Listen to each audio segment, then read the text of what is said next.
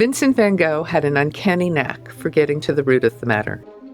Folding his initial thought on cypresses into a letter of April 1888 from the south of France, the Dutch artist sized up the potential he foresaw, and famously realized, of picturing the region's distinctive evergreens under star-strewn night skies or above golden fields of wheat. Yet it was not until more than a year later, after he left the Provençal town of Arles to take refuge at the nearby asylum of Saint-Rémy, that this spark of inspiration gave rise to his iconic pictures of the flamelike trees. Those epic works take their place in a presentation that fills in the backstory of his invention for the first time. Following the arc of Van Gogh's progressive exploration of the towering evergreens as they gained ground in his artistic thinking over the course of his 2-year sojourn in Provence, this thematic survey retraces his long-standing preoccupation with a motif that he found captivating and challenging in equal measure. To an extent that has gone unrecognized, Van Gogh brought his trademark ambition, determination, and a great degree of consideration and reconsideration to giving inimitable form to the cypresses in images that are as commanding, robust, and enduring as the centuries-old evergreens. They did not spring to life in a fit of fervid inspiration or emotive outpourings of paint. Astonished that no one has yet done them as I see them, he prevailed to give signature form to the cypresses in works as striking for their originality as for their continuity of vision. From his first inspired response to the trees in his only dated drawing from Arles, to his last try at satisfying his ambition in a studio composition painted just before he left the asylum in May 1890.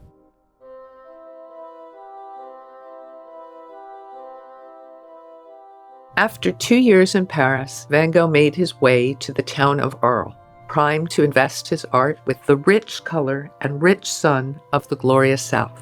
The most eye-catching and storied fixture of the countryside immediately struck a chord with the Dutch artist. The robust, long-living evergreens not only carried age-old associations with death, rebirth, and immortality, but few motifs resonated more strongly with his profound appreciation for the enduring and consoling aspects of nature. This gallery highlights the place Van Gogh reserved for the statuesque evergreens in works that take us from drawbridge scenes and blossoming orchards that record the first signs of spring in Provence, to verdant gardens infused with fresh impetus as summer gives way to Paul Gauguin's fateful arrival that fall. Cypresses debut in 2 works made in March 1888 that served to introduce and showcase the advances Van Gogh was primed to make now that he had arrived in the sunlit south of France. One is this drawing with its evocative pairing of the region's cypresses with pollard willows reminiscent of his Dutch roots. The other is a sketch sent in his initial letter from the south of France to fellow artist Émile Bernard, illustrating the idea he had for an enterprising drawbridge scene of sailors coming back with their sweethearts toward the town against a huge yellow sun. The letter sketch is a precious record of a painting he failed to bring to fruition. It sets a precedent for picturing the cypress in tandem with strolling couples at sunset or twilight, a theme he explored for the next 2 years in works imbued with like poetic sentiment and license, tinged with the nostalgia for the North. By April 1888, Van Gogh was immersed in a springtime campaign devoted to capturing the dazzling effects of orchards in bloom. Intrigued and invested in doing justice to the motif of an orchard bordered by cypresses, Van Gogh was prompted to go above and beyond his usual practice. He used this oil study as a model for a larger, more finished painting, and executed its pendant in an entirely different, pointillist style. The tall, somber outliers that stood guard as windbreaks around the delicate fruit trees enjoyed his rapt attention, ushering in a new level of engagement with the towering evergreens and anchoring his ongoing investigations of a motif that would continue to court, coax, and vex his ambitions. The park across the street from Van Gogh's yellow house in Arles placed cypresses right at his doorstep. They beckoned his interest for plein-air views that captured the changing beauty of nature as it unfolded from season to season, and for a distinct group of works made expressly for the bedroom he was renting for Paul Gauguin's year-end stay. Gauguin's stay in Arles from October 23 to December 23, 1888, came to an abrupt and infamous end, after which Van Gogh sought treatment in the local hospital both for his ear and his faltering mental health before decamping for the asylum in nearby Saint-Rémy. Nestled in the foothills of the Apil Mountains, the former monastery placed him in a dramatic setting, more rustic and rugged than the flat, cultivated landscape of nearby Arles. Under the care of doctors who diagnosed his condition as a form of epilepsy and allotted a spare room to use as a makeshift studio, the artist forged ahead at a staggering pace. Once he was granted permission that June to explore the rolling countryside beyond the walls of the asylum, Van Gogh advanced a painting campaign that he revisited in equally dynamic drawings. This initiative represented his most formidable and concerted effort to tackle the Cypresses in earnest. In swift, confident succession, with increasing intensity, Van Gogh drew upon studies from nature and studio invention as he tweaked earlier preoccupations into place, evolving a forceful style of expression that wed evocative color with anti-naturalistic line in rich passages of impasto. As a signpost of the region and a beacon of hope, perseverance, and resilience, the cypress was bound to enjoy particular resonance during this chapter in his career. Retreating to his makeshift studio in mid-June, Van Gogh ventured to reach for the stars from the moment he laid in the emphatic strokes of dark, muted colors to assert the haunting presence of the cypresses in the foreground of this long-envisioned composition. In a determined bid to embrace Gauguin's picture-making strategies, Van Gogh summoned his imagination and stylization into shaping what he had once called a more exalting and consoling nature. This like-minded composite work swirls around the idea of death giving way to everlasting life, renewal, or rebirth, just as day gives way to night, with the comforts of home tucked into a sleepy Dutch village. It ushered in a more profound level of engagement with the flamelike trees, reigniting earlier preoccupations and fueling the resolve and expressive intensity of his successive plein-air views. In the wake of painting his mesmerizing nocturnal scene with set ambition to channel Gauguin's approach, Van Gogh asserted his authority in this stunning daytime rejoinder in plein air, on his terms, and on his turf. He reserved a defining role for the cypresses from the start, enhancing the presence of this dark patch in a sun-drenched landscape as he built up the trees' sinuous forms and ramped up their tonal contrast. Within this richly orchestrated composition, his vision crystallized. All the elements of nature bend, curve, and sway to the same windswept rhythms, falling into place in perfect harmony.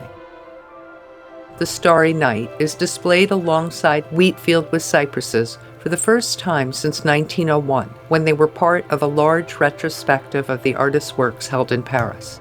The Met's exuberant plein-air study of the cypresses holding forth over a sun-scorched wheatfield is seen also for the first time since 1901 with the artist's studio rendition of the motif, and in tandem with the drawing that intervened between the two.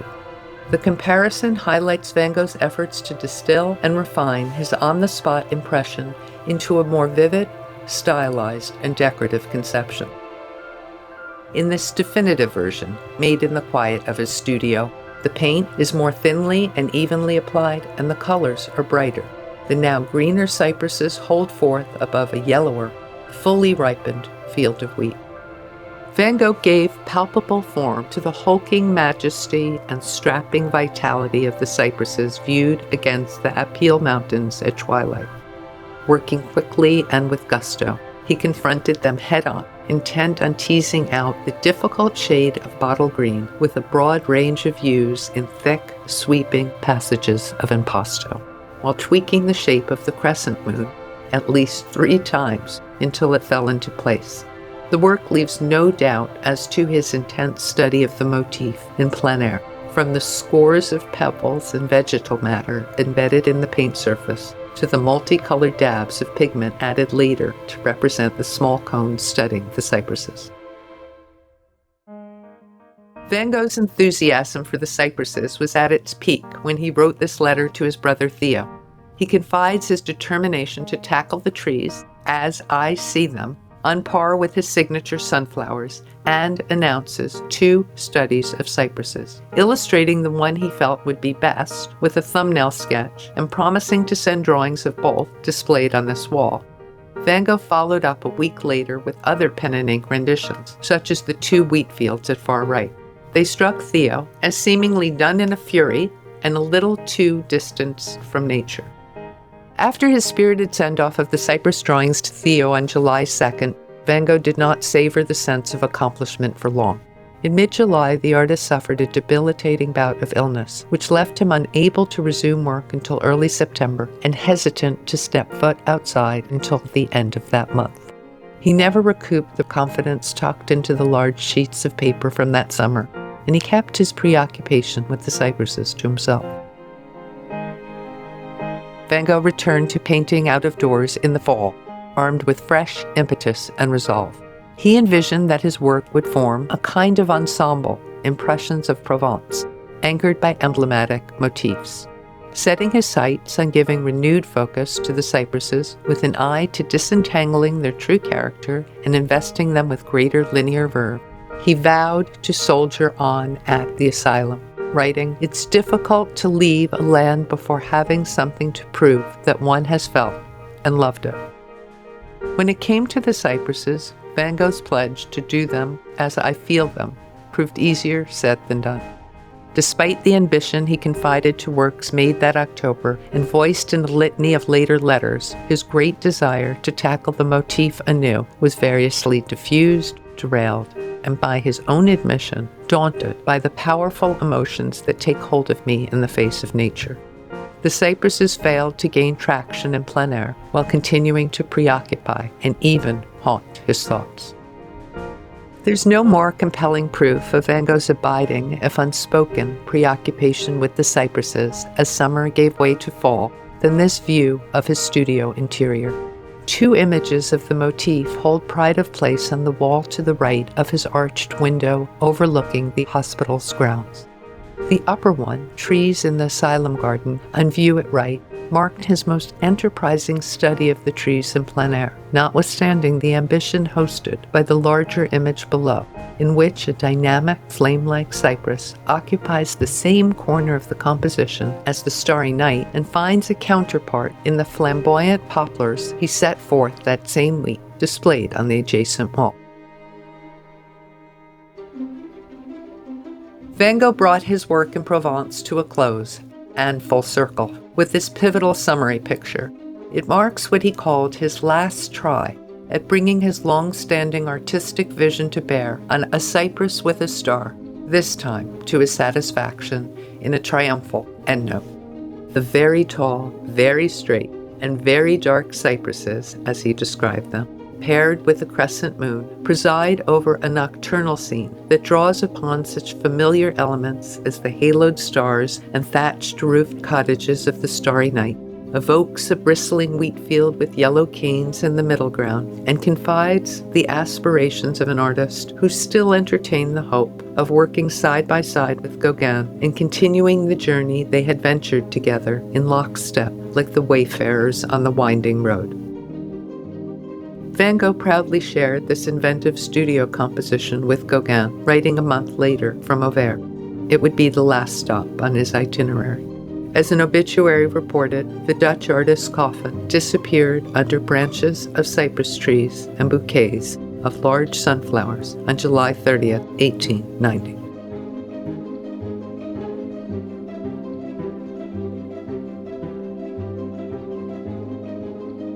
Recognizing the singularity of this enterprise, which is unlikely to be revisited for at least a generation or more, every effort was made to do justice to the theme, from shaping the original exhibition concept to securing loans, thanks to the guiding intelligence and sheer dedication of organizing curator Susan Stein. We are deeply grateful to her for her efforts, as we are to the many Met colleagues who lent their talents and expertise to realize this major undertaking. Conceived around destination pictures and light-sensitive works that are rarely if ever lent, or indeed exhibited together, the success and integrity of this focused survey has above all depended on the exceptional generosity of nearly 30 lenders. I'd like to particularly thank our Dutch colleagues, most notably the Van Gogh Museum and the Vincent van Gogh Foundation, and the Museum of Modern Art in New York for their significant contributions. This undertaking could not have been realized without the invaluable support of our generous sponsors. The exhibition is made possible by the Iris and B. Gerald Cantor Foundation, which lent its assistance early and enthusiastically. For their own significant gifts, I thank the Janice H. Levin Fund, Catherine Rayner, the Aaron I. Fleischman and Lynn Lachin Fund, and Elston Chapman. Gregory Annenberg Weingarten, through Grow at Annenberg, make possible the accompanying educational programs. This exhibition is supported by an indemnity from the Federal Council on the Arts and the Humanities. I gratefully acknowledge the Janice H. Levin Fund, as well as Adrian Sassoon and Edmund Berg, for their dedicated support of the exhibition catalog. On behalf of everyone at the Met, thank you for joining us.